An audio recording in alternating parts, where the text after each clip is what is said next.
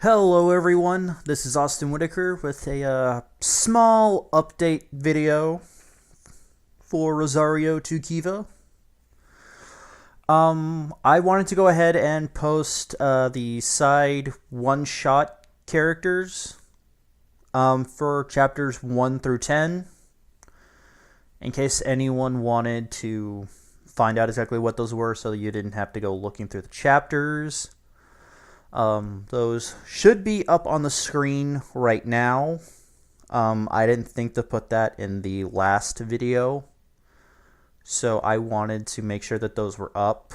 But anyway, I am sorry if I butcher some of these.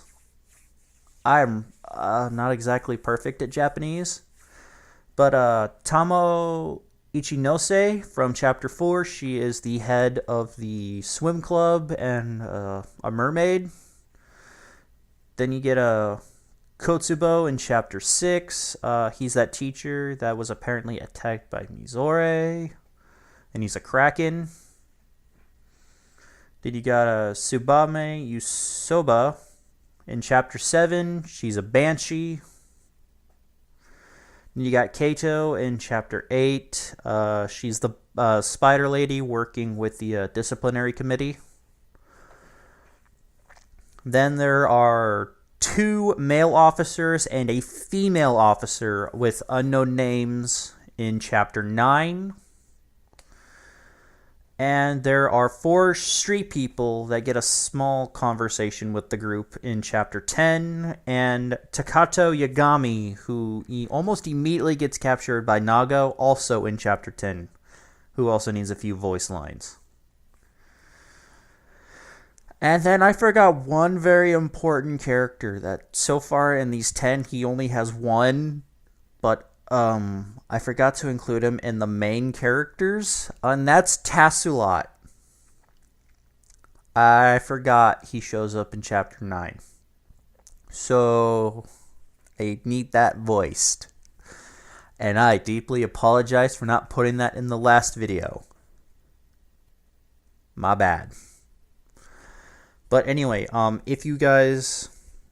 But these are all the side, besides Tasselot, these are all the side characters. So if there's anyone who sees that video and somehow manages to get a main character, then please come back to this one. Who knows? You could land another small role here. And I also wanted to include a small little tidbit that I've been working on, just as a sneak peek of what could be. And here you go, guys. Saizo had assumed his true form, an orc, and he looked hungry in more ways than one.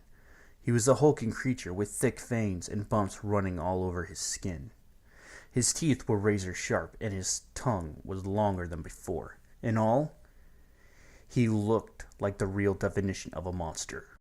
"Don't worry, babe," said Saizo sleazily. "You'll enjoy it." A rock hit his head and he turned, annoyed, to look at whatever thrown it. It was that freaky kid again. "Get away from Moka-san!" Wataru demanded. "Scram, kid," Saizo shouted at Wataru. "Wataru-kun!" Moka exclaimed. "You're trying to hurt Moka-san," said Wataru angrily. His eyes took on a different light now. "I can't forgive you." "Oh yeah? What are you gonna do about it?" sneered Saizo. "Kivata!" shouted Wataru. Suddenly, a gold and black mechanical bat floated down and flapped around Wataru's head. "Okay, Wataru. Kivata, ikase!" Wataru caught Kivat in his hand and pressed him against his free hand. "Gobbit," announced Kivat as he bit down on Wataru's hand, allowing stained glass tribal markings to appear on the young man's skin. Moka watched curiously, as did Saizo. Ghostly chains magically appeared around Wataru's waist and wrapped around it before melting and becoming a blood-red belt. The belt had slots holding ornate whistles on the sides, 6 in total. Wataru then thrust Kivat forward, shouting, "Henshin!" before attaching Kivat to a perch in the front of the belt. leaving him hanging upside down. Watro strode forward and was instantly covered in a quicksilver that morphed and then shattered to reveal his new form. He was clad in a full black bodysuit. The torso armor looked like a silver vest with a high collar and a blood-red chestplate that mimicked muscles. His shoulder armor resembled folded bat wings that were held to the armor by thin chains. He wore red armored gloves, and his wrists sported silver bracelets. His right leg was covered with a silver iron boot that reached his knee and was wrapped tightly with chains, as if to hold something back. The left leg was unarmored, save for a silver bracelet around the ankle. His head was covered with a black helmet with the visor shaped like a pair of yellow bat wings edged in red. In between the top points of the wings was a red ornament resembling a bat's head. The mouth guard was silver and framed by black fangs. Wataru had transformed into Kiva. Saizo was taken surprise by the sudden change, and Kiva tackled into him. They both tumbled along the ground as Mocha watched. "Wataru-kun!" she cried as she ran to follow the fight. While Saizo was powerful in his true form, Kiva wasn't exactly a pushover either. He was able to dodge all of Saizo's punches before retaliating with punches of his own that forced Saizo backwards. He then used a sharp kick to hit Saizo between the legs, before grabbing the orc's hair and pulling his head down into his knee. Saizo was sent reeling. "Wataru-kun!" Mocha cried when she arrived, and Kiva was momentarily distracted. Saizo took advantage of this and slashed at Kiva across the chest, sending sparks flying. Kiva cried out in pain and was sent flying by a brutal haymaker that sent him skidding along the ground into a tree. He crashed violently, and Mocha kneeled next to him to check him for injuries, but it was hard to tell with that armor of his. "Wataru-kun, are you alright?" she asked. "Mocha-san," Kiva groaned. "Go! Get out of here!" "No!" she cried. "I'm not leaving you. Even if you are half human, you're still my friend. I could never hate you." "And you're my friend too," Kiva said. "That's why I can't let you get hurt." Oh, how sweet. Saizo said mockingly. Looks like I'm gonna have to kill you both. What a waste, though. I wanted to have one go at Mocha before I had to kill her. Kiva's rage grew and he reached up for something for support when his hand grabbed onto Mocha's Rosario. With an accidental tug, he pulled it off of her. "Huh?" Kiva blinked as he stared dumbly at the silver cross in his hand. He had only had time to hear Mocha gasp before her entire body was developed in light. While he couldn't see what was happening to Mocha very well, he could sure sense it. That well of power she had within her that Kiva had felt was being restricted was now breaking loose. The inhuman power was moving like a river through her entire body. As his eyes began to get accustomed to the light, he saw that the sheer amount of power was making Mocha's physical appearance change as well. Her pink hair was turning silver right before his eyes.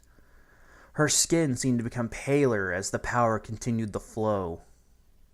The nails on her fingers became slightly pointed, looking like they could cut things. Her fangs became more pronounced while her eyes turned to crimson and slitted. Kiva could only stare at Mocha after her transformation. She looked radically different, almost like a different person. She looked more sensual than before. She exuded a kind of sexuality that could make men drop to their knees. But Kiva could feel the danger which was underneath it. This girl was dangerous. "Impossible! Those crimson eyes, that silver hair, and incredible demonic power!" shouted Kiva. "Wataru! She's an S-class monster! A true vampire!" Kiva blinked at the words describing his friend. He knew she was a vampire, but to hear that she was that powerful? That was something new to him. Getting up, he saw Mocha-sama opening her eyes and taking in the armored form of Kiva. "Impressive," she smiled. "I did not expect to find one just such as you here." Kiva remained silent before he turned to look at Saizo. The orc was shocked at seeing the new Mocha, but his courage was returning. He was clenching his fists as he readied himself to execute another attack. Seeing this, Kiva stepped forward and took a stance. Chuckling softly, Mocha-sama stepped beside her armored friend. Chivalry noted, but I am not some china glass statue, she smirked. Oi! Kivat shouted as he flared off Kiva's belt next to Mocha-sama's face. We called this fight first. He's ours. I am not the type to sit back and wait, Mocha-sama retorted. I will not stop you from assisting, but you both had better keep up. Heh! Kivat snorted as he returned to his perch. You will be the one struggling to keep up with us. We shall see, Mocha-sama smirked. Saizo swung his fist at Mocha, who caught it in her hand. Saizo's eyes widened in surprise as she turned on her heels and threw him over her shoulder and through several trees. Wow, Kiva said in awe. Mocha-sama proclaimed, You dare lay a hand on me? I don't give a damn if you're a fucking vampire, bitch! I'll kill you! Saizo roared.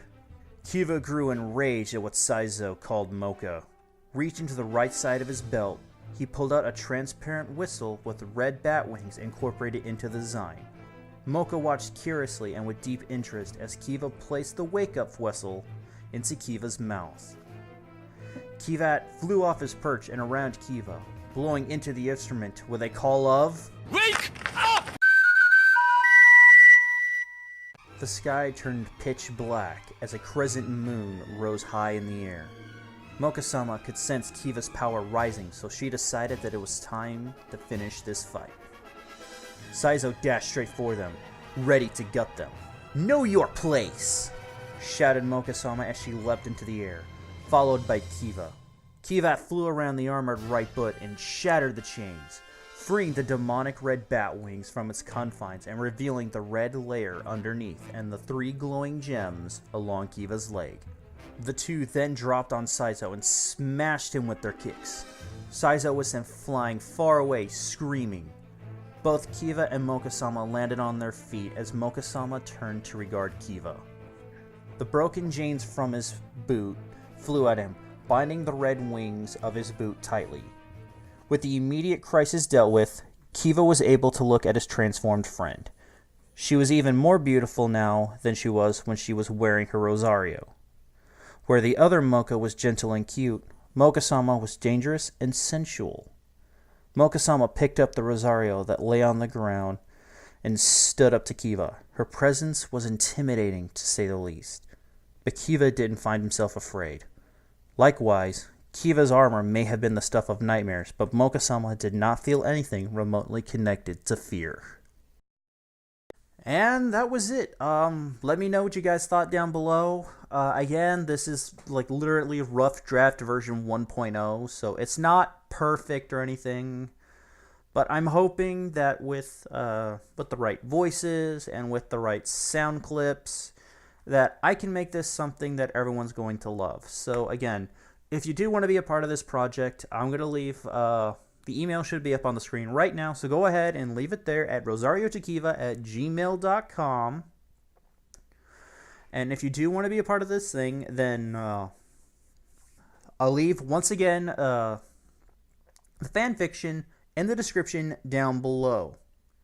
So you can get voice lines from the first 10 chapters. Again, we're only going for the first 10 chapters because this is still going to take a bit. But anyway, if you decide to do it, please send your please send your emails with the description, titled Rosario to Kiva, the character's name that you're auditioning for, and then your name. So wait, I can go through these. And I also forgot to mention this in the first one, that if you do manage to get a part, but you don't want your name said on who played what, you can specify if you just want to be said anonymous. So it's like we get to the end of the episode, and you say the voice line of like Kurumu was played by anonymous. You could say that instead of saying your real name if you don't want it out there. But anyway, also, Carmenter Chrome and Ten Face Paladin, who also was a writer for Rosario to Kiva, they both commented, and I both have them backing this. So, yay. It feels great. And guys, it's like, just because you created it doesn't mean you can't also be a part of it. So if you guys also want to audition for this too, it's like, it's open to you too. Just want to put it out there. All right, so I'm going to leave this at this, and I hope this also stokes the fire a little bit. So, see you guys in January 20th, 2020 when I announce who gets what. Bye.